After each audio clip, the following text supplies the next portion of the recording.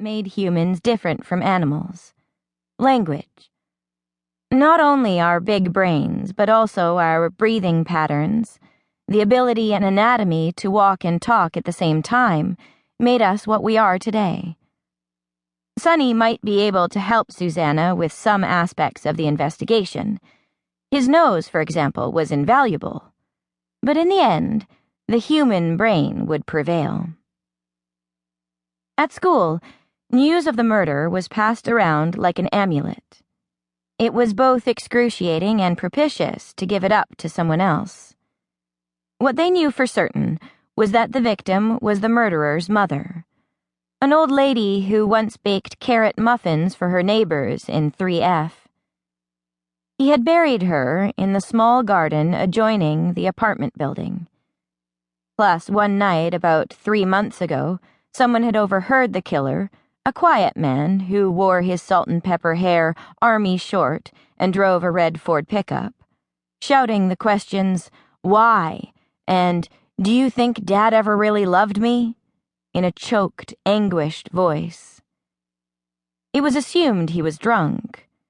There were rumors that a reward was being offered for more information that could, in the words of Jill Nelson, really nail the guy. The culprit, according to Jill, was a part-time plumber.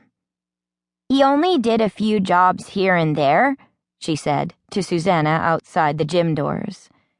"He was like a temp worker," she added, in a tone that suggested her father worked at a job distinctly full-time, professional, and non-plumber. "They should lock him up and throw away the key." Susanna nodded.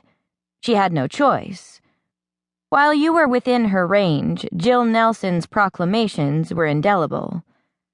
But when Jill was gone, Susanna wondered. Even the dog, who was now blinking up at her lovingly, divined things the rest of them couldn't, despite their big brains. For instance, when Brianna had her petite mals, Sonny predicted them. Susanna had seen him doing a panicked prance around her sister's feet just before Brianna's eyes pinwheeled back into her head. She had read that some dogs would go further for their epileptic owners, lapping urgently at their faces, pushing them with careful snouts into soft chairs, positioning their bodies in the paths of their falls. That was love, or else a survival mechanism. Too bad the dead woman didn't have a dog like that. "Loyalty," said Susanna to Sonny. "That's what's missing in today's crazy world."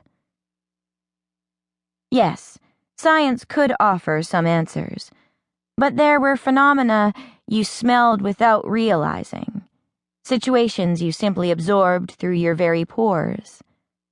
"I went to the University of Life," Susanna once heard her father say.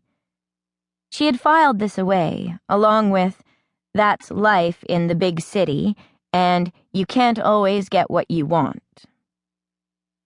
In the schoolyard, Susanna kept quiet throughout much of the speculation, but in her heart she knew she would be the one to finally, glamorously dig up some obscure, invaluable piece of evidence. What she had was good instinct. In fact, there were already clever life things she was learning to do secretly. That very lunchtime, Susanna had dropped her knapsack in the school toilet by mistake, right down there into the pee. It didn't matter that she rescued it quickly. It was still dripping. It would still smell. Jill was there too, and called in to her. "Are you okay?" But Susanna did not panic. "I'm okay," she called back. "Out in a minute. You go ahead." She stayed calm and used her head, reasoned it out, quickly flushing, then waited for the tank to fill before she pressed the lever again and dunked the bag into the clean second swirl. Outside of the stall, she clicked the hand dryer on, allowed it to fill her head with its heat and noise. She held the bag up to the nozzle until it was dry.